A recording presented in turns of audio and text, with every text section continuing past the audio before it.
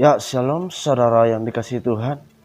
Malam ini kita akan kembali belajar dari kebenaran firman Tuhan yang akan menguatkan kita, yang menjadi renungan, menjadi berkat bagi kita semuanya.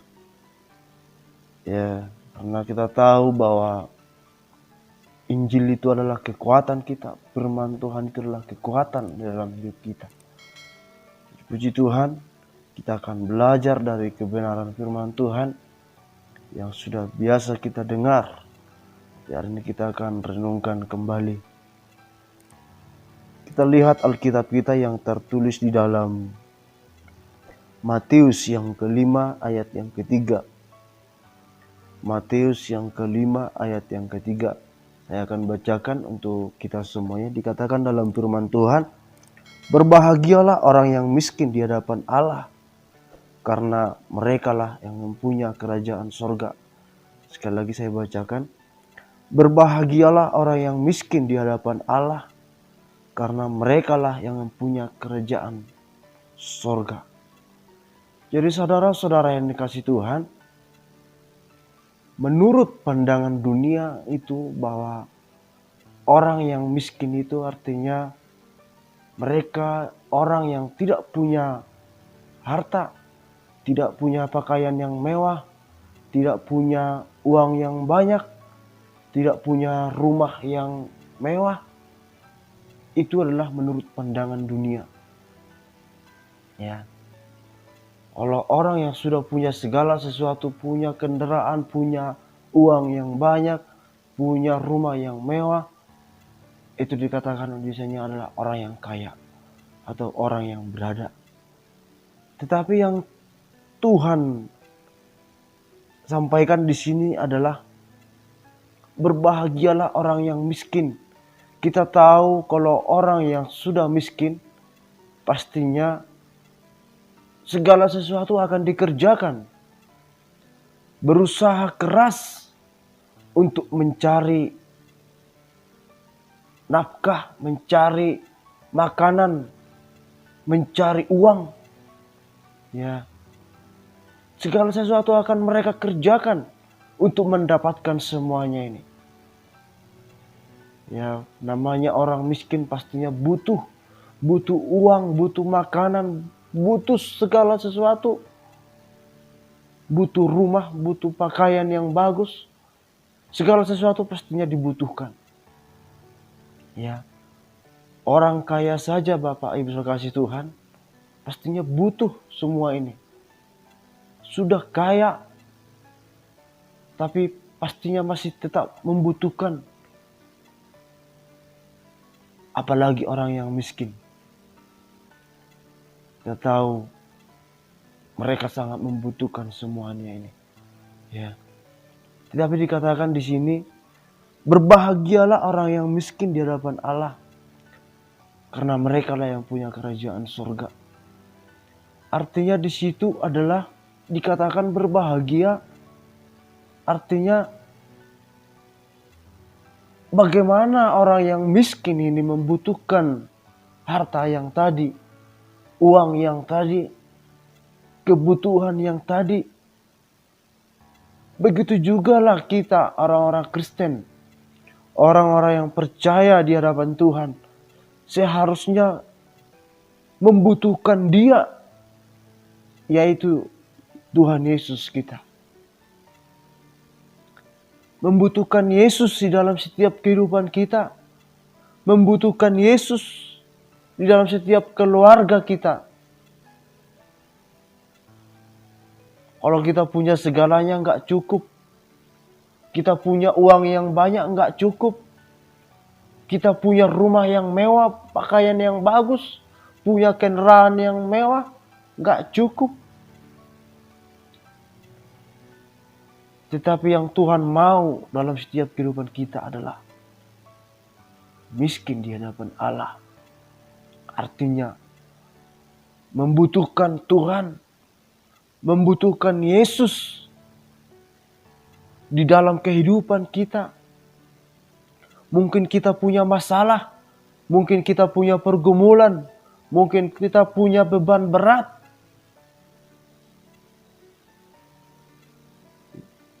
Gak bisa kita membutuhkan obat atau pil dari dokter untuk mengobati ini. Tetapi Tuhan mau dalam setiap kehidupan kita. Bagaimana kita membutuhkan itu tadi. Seharusnya kita juga membutuhkan Yesus. Membutuhkan firman-Nya di dalam hidup kita. Membutuhkan Dia di dalam segala kehidupan kita. Artinya kita harus tahu betul, kita harus sadar betul bahwa hanya di dalam Yesuslah ada kebahagiaan yang kekal. Bahwa di dalam Yesuslah kita mendapatkan semuanya ini. Jadi saudara-saudara yang dikasihi Tuhan, ada dua berkat yang Tuhan sampaikan di sini yang akan kita dapat, yang akan kita peroleh ketika kita miskin di hadapan Tuhan. Yang pertama adalah dikatakan berbahagia. Berbahagialah orang yang miskin. Jadi orang-orang yang miskin di hadapan Allah, orang-orang yang membutuhkan Tuhan, di dalam kehidupannya dikatakan bahwa dialah orang yang berbahagia. Dialah orang yang berbahagia. Bahagia artinya bukan karena punya uang yang banyak, punya rumah yang mewah, punya pakaian yang bagus. Mungkin orang yang tidak mengenal Tuhan saja bisa bahagia. Tapi kita tahu bahwa kebahagiaan dari dunia itu sifatnya adalah sementara. Terbatas, punya masa, punya waktu. Tetapi satu hal yang kita ketahui adalah bahwa kebahagiaan yang dari Tuhan itu adalah kekal. Selama-lamanya tidak akan pernah berubah. Itu yang pertama. Dan yang kedua, saudara-saudara yang kasih Tuhan, yang akan kita peroleh ketika kita miskin di hadapan Allah. Yang kedua dikatakan bahwa merekalah yang mempunyai kerajaan sorga. Kalau kita butuh Tuhan di dalam hidup kita, kita butuh keselamatan dari Tuhan. Kita merindukan Tuhan di dalam hidup kita. Menjadikan Tuhan nomor satu di dalam setiap kehidupan kita. Menjadikan Tuhan Yesus menjadi idola kita. Dikatakan merekalah yang punya kerajaan surga. Jadi kita akan merasakan suasana surga itu ketika kita butuh Tuhan. Suasana surga enggak harus di surga baru kita mendapatkannya.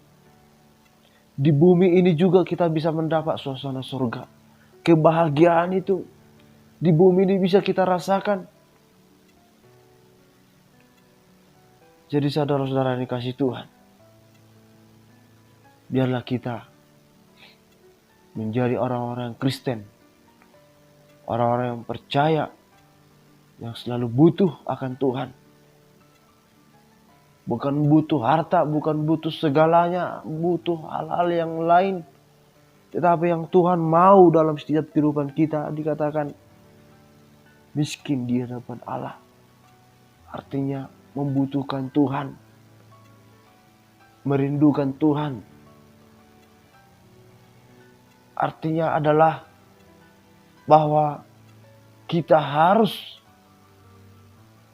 meletakkan harapan kita sepenuhnya hanya di dalam Dia. Segala pergumulan kita letakkan di dalam Dia. Kita percaya bahwa Yesus sanggup menolong kita, memberikan jawaban yang terbaik bagi kita.